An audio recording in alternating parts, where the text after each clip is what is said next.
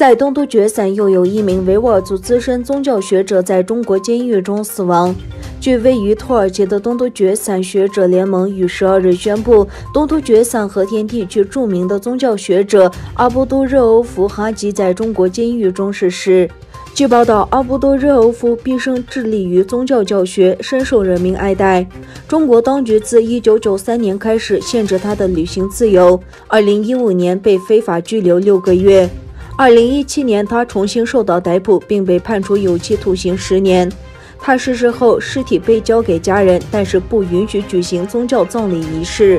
自2017年以来，有数百万维吾尔人被非法关押在集中营中，其中包括不少的学者、大学教授、艺术家和商人。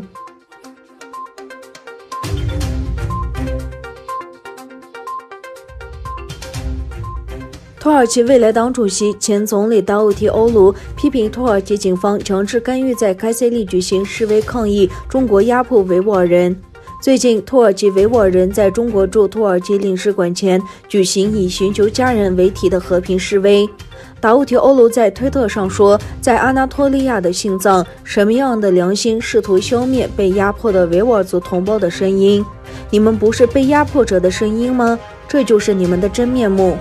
日前，有维吾尔族妇女在开塞利举行示威，抗议中国在东突厥散的压迫，但是遭到土耳其警察干预，甚至有人被捕。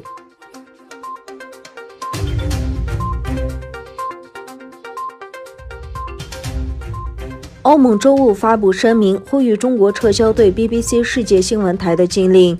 中国周五宣布禁止英国广播公司 BBC 在中国落地。此举被认为是对英国撤销中国官媒中国环球网播出牌照的报复行动。1周前，英国广播公司报道说，被关押在中国集中营中的维吾尔族妇女遭到系统性性骚扰。欧盟周五发表声明，呼吁中国撤销对英国广播公司的禁令。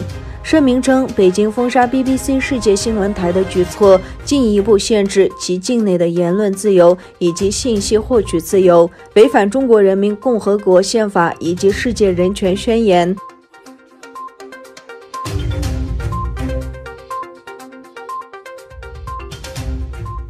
美国总统拜登就特朗普弹劾案发表声明。他在声明中表示，尽管审判最终宣告无罪，但指控的内容是没有争议的。美国国会参议员当地时间13日就前总统特朗普弹劾案进行最后表决，最终以57票赞成、43票反对的结果未能通过煽动叛乱弹劾条款。特朗普未被定罪。特朗普也成为美国历史上唯一一位被弹劾2次且被2次定为无罪的前总统。他对支持者们表示，接下来几个月将会与人们分享很多，期盼着继续同行，为了所有美国人实现美国的伟大。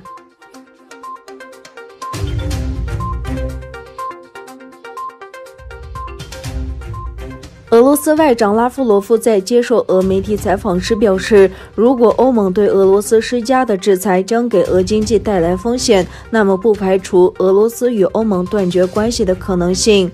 纳瓦尔尼中毒事件发布后，欧盟反应强烈。欧盟对外关系及安全政策高级代表表示，俄罗斯不希望与欧盟进行建设性对话，并发出对俄罗斯进行新制裁的信号。拉夫罗夫说，俄罗斯不想脱离世界，但是必须对此有所准备。如果想要和平，就要做好战争的准备。